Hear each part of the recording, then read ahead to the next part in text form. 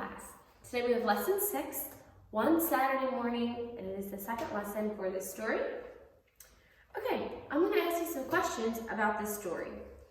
Though Sadie is the main character of this story, she does not do much talking. She mostly was thinking. So what was the problem in the story?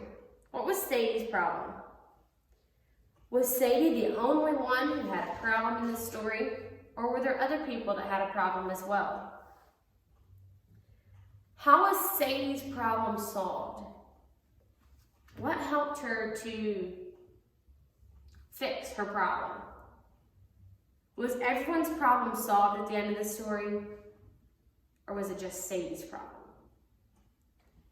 Okay, what was the main idea of this story? Other people's jobs are more fun than our own, or every job has something good if you look for it instead of fussing. Okay, time for reading class. Read your story to somebody. Read it carefully, one Saturday morning. Read it to somebody. Practice good oral expression. And yeah, part A. Circle the name of the one who said it. So that would be really helpful if you read your story first before you start on your lesson. And then you think of who said each of these sentences. If you can't think who said it, go back in your story and find it and circle the name of the person who said each of these things. Part B says, write the letter of the job beside the person who had it. Okay, so Jane was polishing shoes, picking beans, running the sweeper, or baking. What was Jane's job? Then mother was, and then what was mother's job? Sue and Billy were, Sadie was, and you put A, B, C, or D to show which one was each of their jobs. Part C, write the letter of the job beside the person who wanted it. Okay, so now this is talking about the jobs that they didn't have, but the job that they wanted. So what did Jane want to do? What did Mother want to do? What did Sue want to do? And what did Billy want to do?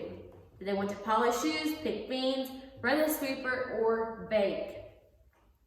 Part D says, in the box, draw a picture of the job you would have liked best. Okay, so of those jobs that they had, polishing shoes, picking beans, running the sweeper, or baking, you draw a picture of the thing that you think you would have liked best. Part E says, circle the things Sadie learned in the story. Mother did not like to shine shoes when she was a little girl, but learned to enjoy it. Or every job has something good if you look for it instead of fussing.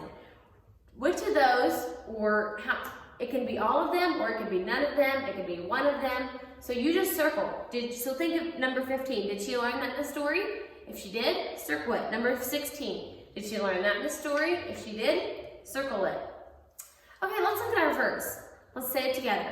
Be content with such things as ye have. Hebrews 13:5. Say that with me. Be content with such things as ye have. Hebrews 13:5. Say it again. Be content with such things as ye have. Hebrews 13:5. Sadie learned to be content with the job she had. She realized that every job has good things and bad things about it. Part F says, underline the sentence that shows someone who was content with the things he had. Okay, so number 17, which one is showing somebody that was content? I have to wear this old ugly coat to school, or I know this coat looks old, but it is good and warm. Which one of those sentences shows someone that was content? Number 18, baked beans again. We have them all the time. Or baked beans again.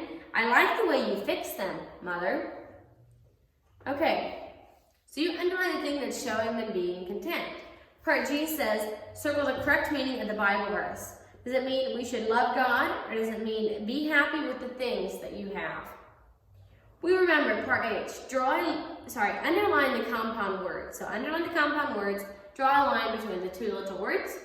Do that carefully and use your ruler. I want to read you a poem, and it's called Singing Time. This poem tells of a good way to start a day. Do you think Sadie would feel better about polishing shoes, And she started Saturday the way the children in this poem does. The way the child in this poem does. Singing time. I wake in the morning early and always the very first thing. I poke out my head and I sit up in bed and I sing and I sing and I sing. Don't you think that'd make you happy if you start out a day, first thing you do is sit up and sing and sing and sing? I think that'd be a good way to start a day. What do you think? It always makes you feel happier when you sing. Okay, do your work carefully. If you need to underline, be sure to use your ruler. Make sure you write neatly. Take your time, check over your work, read your story, and yeah, I'll see you in math class.